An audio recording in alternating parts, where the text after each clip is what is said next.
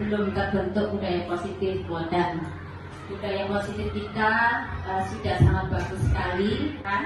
Pak Saiful sama Pak Bima, saya Pak Saiful. Yang sebelah kiri ganjil, kita bermain ganjil dan genap. Yang sebelah kiri berarti dengan ya. Kiri. Oh kanan. Kebalikannya Pak Yani. Oh gitu. Oke. Yang sebelah kanan ganjil. Ini tadi genap. Oke genap. Sebelah sini ganjil. Oke. Makan nggih? Siap nggih? Masa makannya enggak enak gitu. Gitu loh.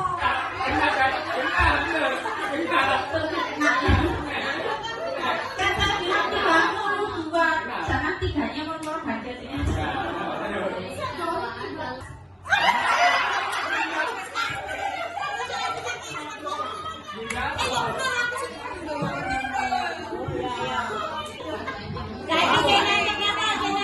Siap 77.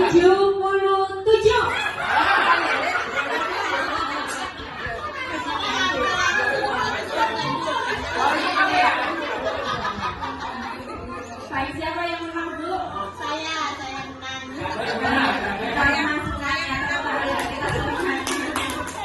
Kepada anak-anak kita, tentunya dampak yang positif juga.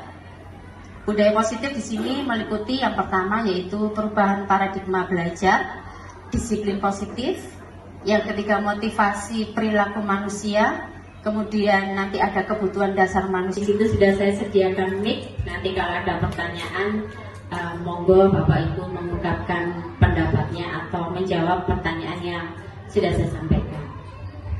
Kelas dan segitiga restitusi. Mungkin Bapak Guru panjenengan semuanya ada semuanya menang. Bagaimana caranya? Istilahnya kalau dalam IPA itu sama-sama menguntungkan gitu ya. Kita itu sama. Sebenarnya tidak.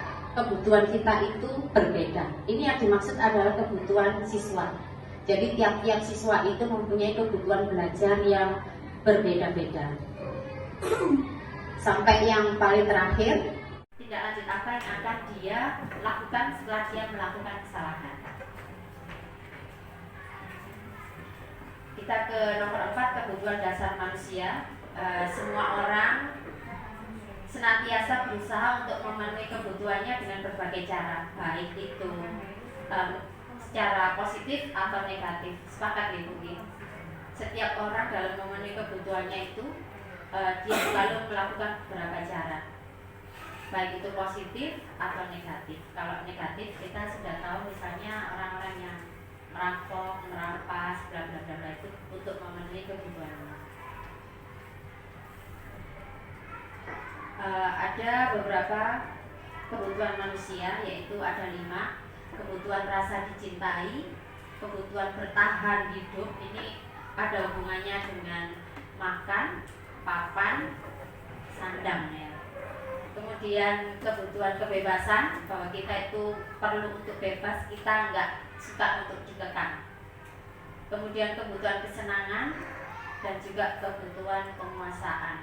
Kebutuhan penguasaan ini normalnya itu bahwa manusia itu ingin menguasai manusia lain. Begitu.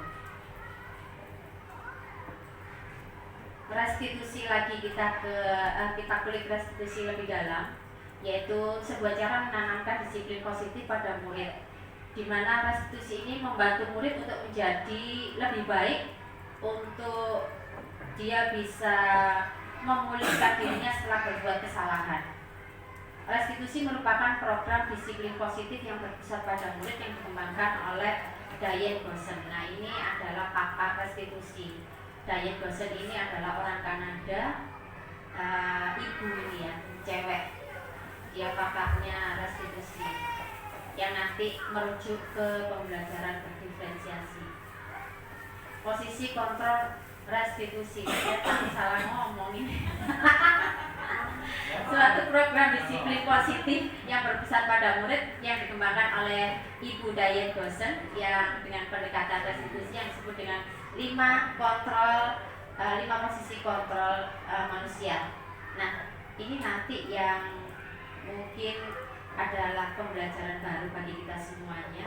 Ini saya juga dapat ilmu baru tentang 5 posisi kontrol ini. Ketika kita menjadi guru, ketika ada siswa kita yang melakukan kesalahan, apakah posisi kita sebagai penghukum atau membuat rasa bersalah, atau posisi kita sebagai teman, atau sebagai pemantau, atau sebagai manajer? Mana posisi yang paling ideal ketika kita menghadapi anak yang melakukan kesalahan? Misalnya kalau posisi penghukum, ketika ada anak bersalah, kita mengajukan kalimat-kalimat, patuhi aturan saya, kamu ya, awas ya. Nah itu berarti kita sebagai penghukum. Kamu selalu saja salah, itu berarti kita sebagai penghukum anak. Terus pembuat rasa bersalah, ibu kecewa sekali dengan kamu, tapi dengan nada agak turun dari posisi penghukum. Ini nadanya lebih turun lagi. Dan sebagai teman, ini nadanya sebagai antara guru dan murid, sebagai teman. Ayo bantulah ibu, ayo bantulah demi ibu, atau bantulah demi bapak. Begitu. Terus pemantau, posisi pemantau kita lebih mengulik dari murid mengapa dia melakukan kesalahan itu. Dan yang paling relevan atau yang paling ideal ketika ada anak kita melakukan kesalahan, sebaiknya posisi kita itu di posisi manajer. Karena dengan posisi manajer kita akan berusaha menanamkan kepada murid kita bagaimana mereka mencari solusi dari kesalahan yang dia perbuat. Ini ada video yang menarik tentang 5 posisi kontrol, nanti barangkali panjenengan bisa membedakan.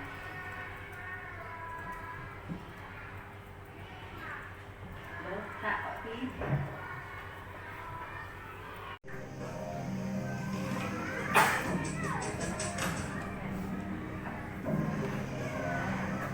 Naren!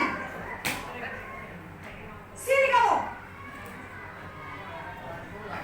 Selamat pagi, Bu. Selalu terlambat. Kamu deh, pasti terlambat. Maaf, Bu. Saya Apa? Apa coba? Alasan kamu apa lagi? Kapan sih kamu tidak terlambat? Malas sekali ya kamu jadi anak.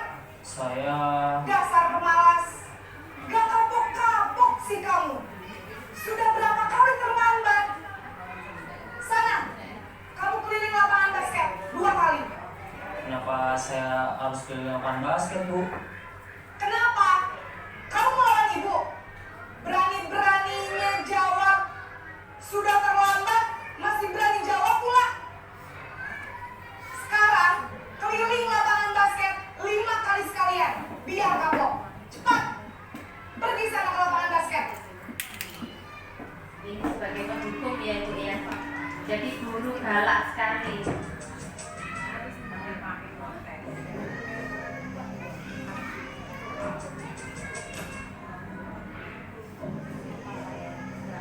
Naren!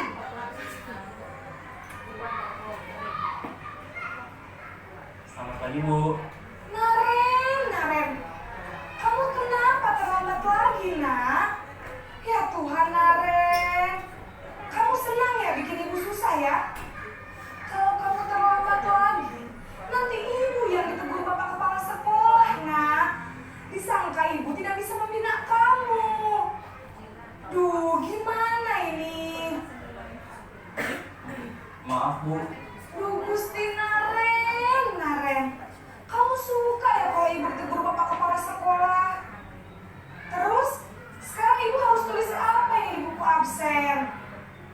Ini kamu sudah sering terlambat loh. Ibu harus apa coba?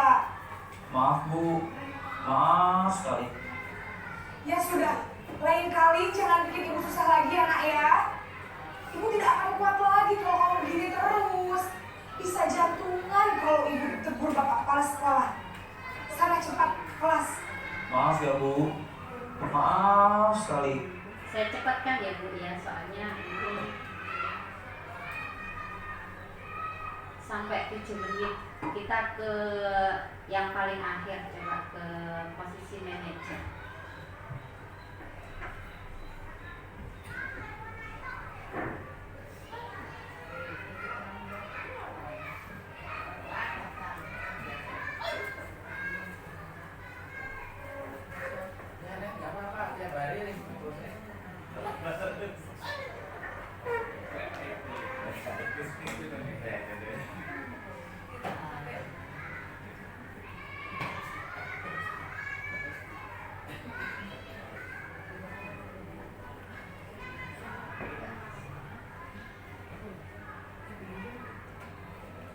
Alarm saya semalam.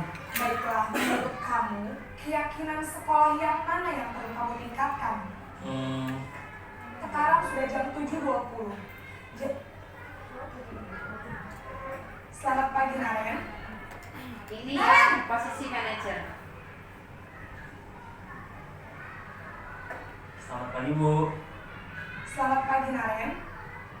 Maaf, Bu. Saya terlambat. Iya, sekolah masuknya jam 7, sekarang sudah jam 7.20. Jadi sekarang bagaimana ini, Naren? Maaf, Bu. Saya lupa setel alarm saya semalam. Baiklah, menurut kamu, keyakinan sekolah yang mana yang perlu kamu tingkatkan? Menghargai diri sendiri dan orang lain mungkin ya, Bu. Setuju. Jadi, apakah Naren meyakini prinsip saling menghormati tersebut? Iya, Bu. Saya meyakininya. Apakah Naren bersedia memperbaiki masalah keterlambatan ini? Bersedia, Bu. Bagaimana kamu akan memperbaiki masalah keterlambatan ini? Saya akan coba untuk tidak lupa menyetel alarm saya, Bu. Baik, kalau Naren lupa menyetel alarm di rumah, ada orang yang kira-kira bisa bantu mengingatkan tidak? Ada, Bu. Kakak saya, Kak Emma. Ada lagi selain Kak Emma? Selain Kak Emma, ada ibu saya. Baik, jadi yang mengingatkan Naren adalah Kak Emma dan ibu kamu ya? Kira-kira akan mulai set alarm kapan nih, Naren? Setelah pulang sekolah, akan segera saya lakukan. Baik, jadi Naren akan setel alarm untuk bangun besok pagi dan akan diingatkan oleh kakak dan ibunda Naren ya? Ada lagi yang mungkin perlu dilakukan, Naren? Agar tidak terlambat bangun lagi. Tidak ada, Bu. Baik, Naren. Terima kasih untuk kerjasama kamu. Sekarang kamu perlu kembali ke kelas untuk belajar. Baik, Bu. Terima kasih. Perlu kembali ke kelas untuk belajar. Terima kasih untuk kerjasama kamu. Sekarang kamu perlu kembali ke kelas untuk belajar. Baik, Bu. Terima kasih. Itu kita bisa membedakan dari posisi yang pertama sampai posisi yang terakhir. Sekarang pertanyaan untuk panjenengan semua. Setelah melihat tayangan tadi, kira-kira selama ini posisi panjenengan itu berada di mana? Apakah sebagai penghukum? Atau lebih ke sebagai manajer? Itu yang bisa menjawab panjenengan sendiri. Bisa kita saling introspeksi diri. Kalau saya masih dalam posisi sebagai teman, ini kalau saya pribadi. Untuk sampai ke posisi manajer itu saya masih belum bisa. Yang keenam, keyakinan kelas, yaitu keyakinan kelas itu berisi nilai-nilai kebajikan, di mana dalam pembentukannya itu kita harus melibatkan semua siswa. Pernyataan-pernyataan itu kalau bisa yang membuat siswa, kita nanti yang mengoleksi atau mengumpulkan. Tujuannya yaitu agar siswa lebih peduli dan mempunyai rasa tanggung jawab atas apa yang mereka yakini. Kenapa kok tidak kesepakatan kelas? Kenapa kok disebut keyakinan kelas? Karena kata keyakinan kelas itu lebih positif daripada kesepakatan. Karena keyakinan kelas itu diharapkan dari apa yang mereka katakan, apa yang mereka sepakati itu dari dalam diri mereka sendiri. Istilahnya dari motivasi intrinsik si anak itu sendiri. Ketika mereka melakukan pelanggaran, mereka akan langsung bisa mengoreksi dirinya sendiri. Ini adalah contoh pembuatan keyakinan kelas yang sudah saya lakukan, Bu. Jangan dibully ya, Bu, saya ya. Ini saya bersama kolaborasi sama anak-anak saya yang kelas 1.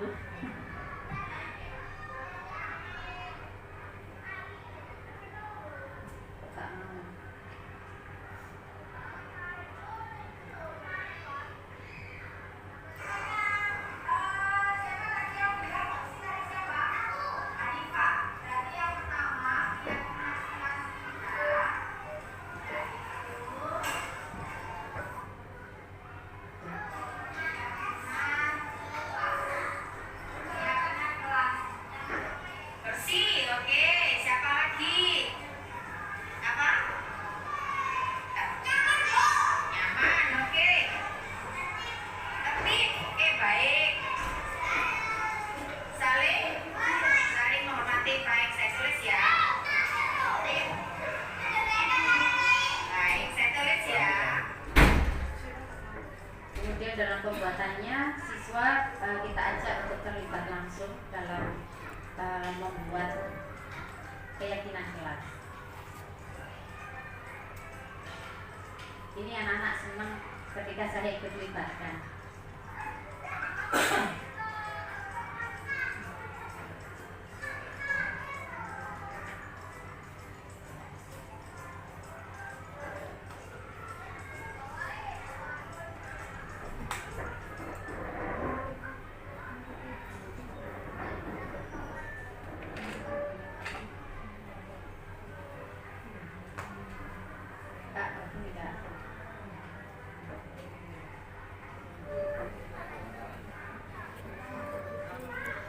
Sebagai guru, saat kita hadir mengajar di kelas dengan tepat waktu, motivasi apa yang mendasari tindakan kita? Apakah kita tidak ingin ditegur oleh Bu Uun? Apakah kita ingin mendapatkan yang kita inginkan, yang menghargai diri kita sendiri, dan juga nilai-nilai yang kita percaya? Ini contoh. Ini pengalamannya Bu Uung sebelum jadi KS ya. Ketika saya jadi guru, ya, saya memang nggak mau datang terlambat karena saya malu sama siswa.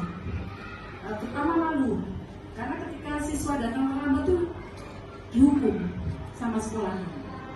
Tapi kita sendiri tidak memberi contoh sama siswa bahwa kita adalah guru yang benar-benar berkualitas ya, untuk masuk secara online di dalam kelas mereka. Jadi itulah contoh yang terbaik sih menurut Bu Uun ya. Saya bilang ke siswa saya bahwa kalian lebih menarik daripada HP saya.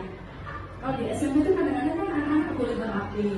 Jadi kalau kalian buka HP, bahwa saya ini bukan guru yang menarik buat kamu. Jadi mari kita sama-sama saling menarik seperti magnet untuk positif dan negatif. Jadi seperti itu. Terima kasih Bu. Terima kasih Bu Uun, luar biasa. Ada teman yang lain? Kira-kira kepada keteladanan Bu dengan apakah motivasi yang paling kuat yang mendasari tindakan panjenengan teman sejawat bahwa kita ini guru berprestasi, atau apakah kita ingin menghargai waktu? Apakah kita ingin menghargai diri kita sendiri? Nanti panjenengan menjawab. Jawaban panjenengan tidak ada yang salah. Ini namanya pendapat. Semua pendapat itu bebas. Oke. Pertanyaan reflektif yaitu Rosi kurang lancar dalam membaca, sehingga pada saat pelajaran bahasa Indonesia berlangsung mental anak. Jadi anak harusnya diberi motivasi, bukan tambah diolok-olok gitu. Dijatuhkan ke teman-temannya, sehingga dampaknya adalah ketika dia mau masuk lagi, mau aku izin bagi guru sama teman-teman guru. Kira-kira tindakan yang diambil Bu Ye itu seperti apa, Pak? Ini kan salah nih. Mental anak. Jadi anak harusnya diberi motivasi, bukan tambah diolok-olok gitu. Dijatuhkan ke teman-temannya, sehingga dampaknya adalah ketika dia mau masuk lagi, mau aku izin bagi guru sama teman-teman guru. Kira-kira tindakan yang diambil Bu Ye itu seperti apa, Pak? Ini kan salah nih. Kalau memang saya nanti sama orang tuanya, orang tuanya biar minta ke rumah. Kenapa nggak bisa saja kita tanya alasannya kenapa gitu. Jadi harus ada kolaborasi antara Ya, guru guru dan dan- murid ya Pak. Kalau memang nggak bisa lagi ya nggak masalah. Baik. Terima kasih Pak Dimas. Itu luar biasa. Pertanyaan selanjutnya, Sudah ada kesepakatan sebelumnya. Kalau yang dilakukan Bu Yeni itu menurut saya hukuman, karena memberikan sanksi kepada anak yang merujuk ke pembelajaran berdiferensiasi. Posisi kontrak restitusi. Saya kan salah ngomong ini. Suatu program disiplin positif yang berpusat kepada murid kita, bagaimana mereka mencari solusi dari kesalahan yang dia perbuat. Ini ada video yang menarik tentang 5 posisi kontrol, nanti barangkali Pak Jenderal bisa membedakan.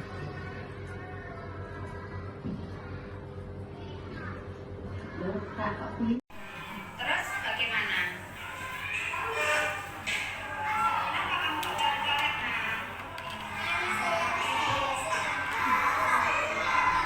Namanya sudah selesai.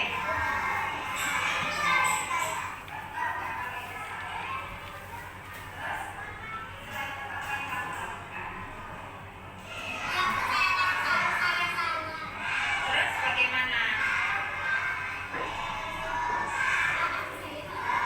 Ya, mana pelapusnya?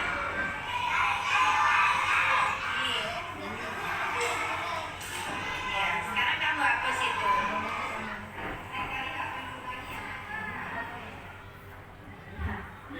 Itu tadi saya mencoba membuat video tentang restitusi. Yang terakhir adalah sambal terasi paling enak dari Surabaya. Terima kasih sudah menyimak paparan saya. Oke, Kak, untuk Bapak Ibu, Ibu Uun sama Bu Dila di tentang refleksi dari paparan ini yang disebut sama anak saya. Kak. Udah ditutup. Siswa ketika siswa itu berbuat salah, yang terutama yang paling efektif adalah kita harus bertindak sebagai manajer, tidak mentang-mentang kita sebagai guru yang mempunyai hak prerogatif penuh sama siswa, kita gampang menjadi jaksa bagi mereka. Yang dilakukan Bu Yeni yang dari paparannya tadi, dari video itu sudah sangat bagus. Ketika anak salah, tidak langsung dimarahi, tapi diberitahukan, kamu kenapa kok kamu menulis di sini, apa itu baik atau tidak, terus kemudian bagaimana cara melakukannya supaya ini bisa tidak diulang lagi. Nah, untuk teman-teman ya, untuk teman-teman semuanya, kita bisa introspeksi diri kita sendiri supaya sekolah kita ini lebih baik dan kita melakukan semua itu bukan karena takut dengan kepala sekolah, ya, bukan karena ingin mendapatkan penghargaan, tidak. Semata-mata karena kita sayang sama siswa, karena kita punya tanggung jawab yang harus itu kan nanti di akhirat, ya, dipertanggungjawabkan di akhirat. FOU kita ini adalah sebagai guru itu mengajar dan mendidik. Itu saja Bu Yeni. Terima kasih banyak atas ilmunya. Matur nuwun Ibu. Iya. Tepuk tangan buat Ibu dong. Selanjutnya dari Terima kasih Bu Yeni atas diseminasinya tentang disiplin positif. Bagus sekali apa yang dipaparkan tadi, itu juga refleksi buat diri saya. Saya belum sampai ke tahap manajer, ya, karena bapak saya ini kan kita kan hati bersama juga ya, kami juga kita itu kan ngajar kelas rendah itu kan susah-susah gampang. Memang materinya tidak sesusah dan sesulit kelas tinggi, tetapi kita itu kesabaran kita yang dibutuhkan dalam mendidik anak-anak itu. Iya, Karena kalau untuk kecerdasanku saya yakin tidak ada anak yang bodoh, semua anak pandai. Nanti lama-lama biasanya juga mereka bisa. Kayak matematika itu tidak perlu matematika atau IPA itu 1 bulan 2 bulan kita beri soal pasti saya yakin anak itu bisa. Tapi tentang sikap ini yang susah gitu. Sehingga kadang-kadang anak kecil itu belum tahu bahwa hal-hal yang dia lakukan itu dapat membahayakan temannya. Nah ini yang buat saya kadang kalau ada anak yang agak jahil ke temannya, nah ini yang buat saya langsung agak iya gitu. Tapi memang mereka itu sebenarnya juga bercanda bermain tapi tidak tahu. Nah itu jadi ini sangat bagus untuk representatif saya.